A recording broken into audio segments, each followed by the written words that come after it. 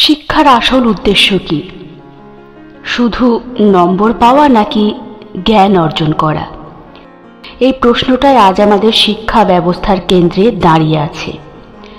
কারণ আমরা এমন এক সময়ে এসে পড়েছি যেখানে স্পুন ফিডিং যেন শিক্ষার অবিচ্ছেদ্য অংশ হয়ে দাঁড়িয়েছে। স্পুন ফিডিং এই ওয়ার্ডটার সাথে আমরা এখন কম বেশি সবাই ফ্যামিলিয়ার হয়ে গেছি। পড়ানোর ফিল্ডে যারা আছি তারা তো আরও বেশি জানবেন। স্পুন ফিডিং মানে ছাত্রকে এমনভাবে শেখানো যাতে সে নিজে চিন্তা না করেও পরীক্ষায় ভালো নম্বর পেতে পারে। অনেক শিক্ষক বা অভিভাবক মনে করেন এটাই ছাত্রের উপকার, কিন্তু সত্যিটা একেবারে উল্টো। একটা বাচ্চা যখন ছোট তখন বাবা মা তাকে খাইয়ে দেন, সেটা প্রয়োজনীয়, কারণ তখন সে নিজের হাতে খেতে পারে না। কিন্তু যদি সেই অভ্যাস বড় হওয়া পর্যন্ত চলতে থাকে তাহলে সে কখনোই নিজের কাজ নিজে করতে শিখবে না। শিক্ষার ক্ষেত্রেও একই নিয়ম। প্রথম দিকে শিক্ষককে লাইন ধরেই বুঝিয়ে দিতে হয়, ধারণাগুলো সহজ করে বলতে হয়, কিন্তু একসময় ছাত্রকে নিজের মতো করে ভাবতে শেখাতে হয়, নিজের মতো করে প্রশ্ন করতে, ভুল করতে, আবার ঠিক করতে হয়। শিক্ষক যদি সবসময় উত্তর মুখে গুজে দেন তাহলে ছাত্রের ভাবার ক্ষমতা ধীরে ধীরে নিস্তেজ হয়ে যায়।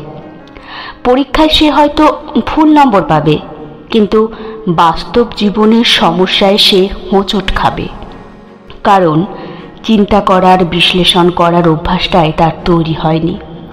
এখানেই শিক্ষকের প্রকৃত ভূমিকা শুরু হয়।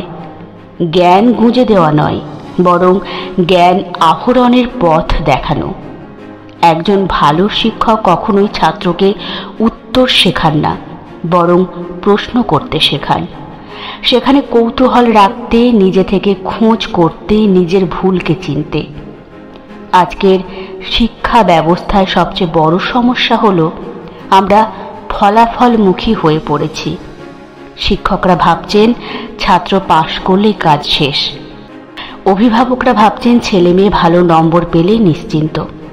কিন্তু এই মনোভাবেই আমরা শিশুদের সৃজনশীলতা, কৌতূহল এবং আত্মবিশ্বাস নষ্ট করে ফেলছি। চিন্তা করুন, যখন কোনো ছাত্র নিজের মতো করে কিছু বোঝে বা নিজের ভাষায় কিছু লিখতে শেখে, তখন সে কেবল পড়াশোনা করছে না, সে ভাবছে, বিশ্লেষণ করছে, তৈরি হচ্ছে ভবিষ্যতের জন্য। আর এই চিন্তা শক্তি একদিন তাকে সমাজের যোগ্য মানুষ করে তুলবে। তাই শিক্ষক ও অভিভাবকদের উচিত ছাত্রদের প্রতি একটু ধৈর্য ধরতে শেখানো, তাদের ভুল করার সুযোগ দেওয়া, কারণ শেখার মূল প্রক্রিয়াই হলো ভুল করা, বুঝতে পারা, আবার চেষ্টা করা।